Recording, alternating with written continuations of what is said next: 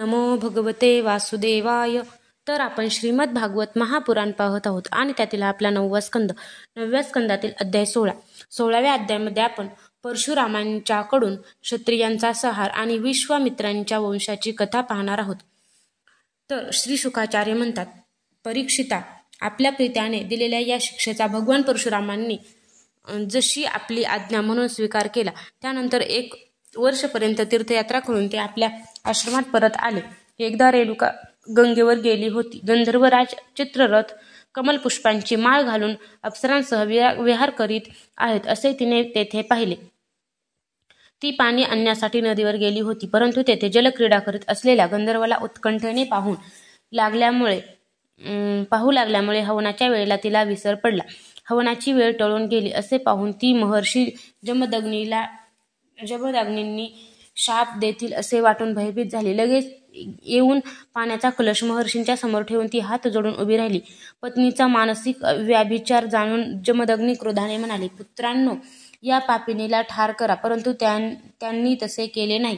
यानंतर पित्याच्या आज्ञेनुसार परशुरामांनी मातेसह सर्व भावांनाही मारून टाकले, कारण आपल्या पित्याचे योग सामर्थ्य आणि तपश्चर्येचा प्रभाव ते चांगल्या रीतीने जाणत होते.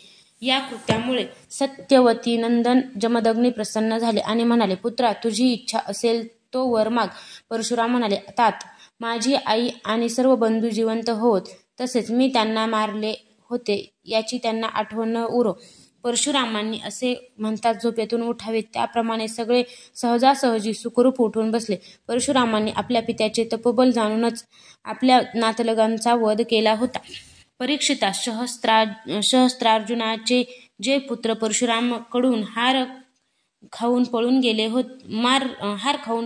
होते, त्यांना आपल्या पित्याच्या वधाची आठवण होऊन एक क्षणभर सुद्धा चैन पडत नसे.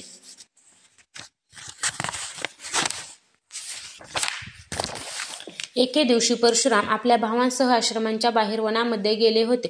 ही संधी साधून सूड उगवण्यासाठी सहस्त्रबाहूंची मुले तेथे येऊन पोहोचली. त्यावेळी जमदग्नी अग्निशाळेमध्ये पवित्र कीर्ती भगवंताचे चिंतन करण्यात मग्न होऊन बसले होते.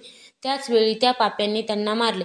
परशुरामांची माता रेणुका दीनपणे त्यांना प्रार्थना करीत होती, परंतु त्यांनी क्षत्रिय बळजबरीने जमदग्नींचे मस्तक तोडून घेऊन गेले. सती रेणुका शोकाने अत्यंत व्याकुळ झाली. ती हातांनी आपली छाती बिडवीत, रामा, पुत्रा रामा, लवकर ये अशा हाका मारत जोराजोराने रडू लागली. परशुरामांनी लांबूनच आईचा हे राम असा करुण आक्रोश ऐकला आणि तातडीने आश्रमात येऊन पाहिले तर पित्याला मारले आहे. त्यावेळी परशुरामांना अत्यंत दुःख झाले. त्याबरोबर क्रोध, असहिष्णुता, मानसिक व्यथा आणि शोकावेगाने ते मूढ झाले. हाय तात, आपण महात्मे व धर्मनिष्ठ होता. आपण आम्हाला येथे सोडून स्वर्गात का बरे निघून गेलात? अशा प्रकारे विलाप करून त्यांनी पित्याचे शरीर आपल्या भावाकडे सोपविले आणि स्वतः हातात परशु घेऊन क्षत्रियांचा संहार करण्यासाठी निश्चय केला. परीक्षिता, परशुरामांनी माहिष्पती नगरीत जाऊन सहस्त्रबाहू अर्जुनांच्या मुलांच्या छाटलेल्या मस्तकांनी नगरीच्या मधोमध एका मोठ्या पर्वतच उभा केला. त्या नगरांची लक्ष्मी त्या ब्रह्मघाती नीच क्षत्रियांमुळेच नष्ट झालीच होती. त्यांच्या रक्ताची एक मोठी भयंकर नदी वाहू लागली. तिला पाहूनच ब्राह्मणद्रोहांचे हृदय भयाने कापत असे. भगवंतांनी पाहिले की सध्या क्षत्रिय अत्याचारी झाले आहेत, म्हणून हे राजन, त्यांनी आपल्या पित्याच्या वधाचे निमित्त करून 21 वेळा पृथ्वी निक्षत्रिय केली आणि समंत पंचकात 9 डोह रक्ताचे भरून टाकले. परशुरामांनी आपल्या पित्याचे मस्तक आणून ते त्यांच्या धडाला जोडले आणि यज्ञाद्वारे सर्व देवमय आत्मस्वरूप भगवंताचे पूजन केले.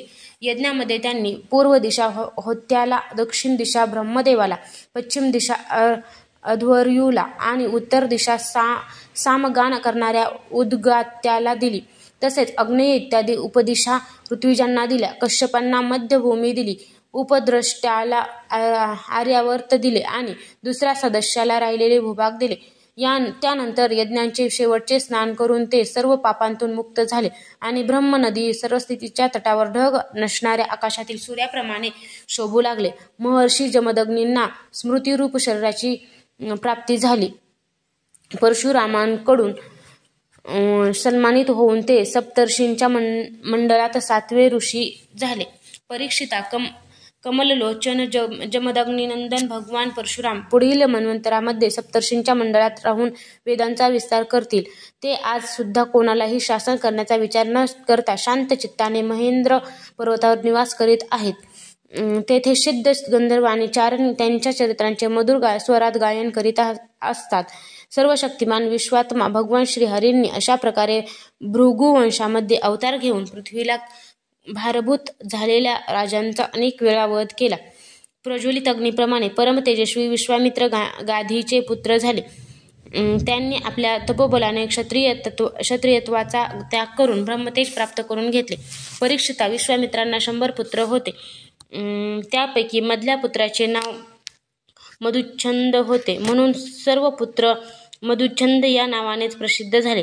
भृगुवंशी अजिगर्ताचा पुत्र जो शूनशेप त्याचा विश्वामित्रांनी पुत्र म्हणून स्वीकार केला. त्याचे एक नाव देवरात असेही होते. विश्वामित्र आपल्या पुत्रांना म्हणाले, तुम्ही याला आपला थोरला भाऊ समजा, जो हरिश्चंद्राच्या यज्ञामध्ये यज्ञपशु म्हणून विकत आणला होता. तोच हा प्रसिद्ध भृगुवंशी शूनशेप होय. विश्वामित्रांनी प्रजापती, वरुण इत्यादी देवांची स्तुती करून त्याला पाशबंधनातून सोडविले. हाच शूनशेप भगवंताच्या यज्ञात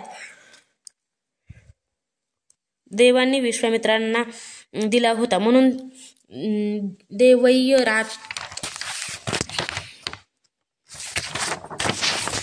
या व्युत्पत्तीनुसार गाधी वंशामध्ये हा तपस्वी देवरात नावाने विख्यात झाला. विश्वामित्रांच्या पुत्रांमध्ये जे श्रेष्ठ होते त्यांना शूनशेपाला मोठा भाऊ मानावा ही गोष्ट आवडली नाही.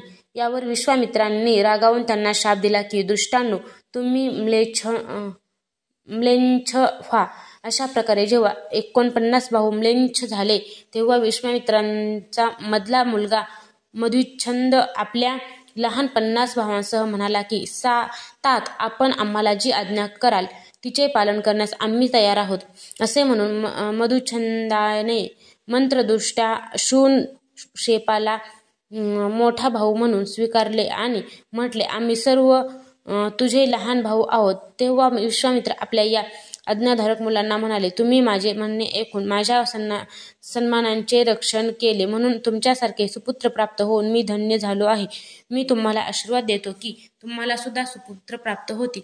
हा देवरात तुमच्याच गोत्राचा आहे. तुम्ही याच्या आज्ञेत राहा. विश्वामित्रांचे अष्टक, हरित, जय, कृतुमान इत्यादी आणखीही पुत्र होते. अशा प्रकारे विश्वामित्रांच्या पुत्रामुळे कौशिक गोत्रामध्ये पुष्कळसे भेद झाले आणि देवराताला मोठा भाऊ मानल्या कारणाने त्याचे प्रवरही अन्य झाले. अध्याय 16 समाप्त.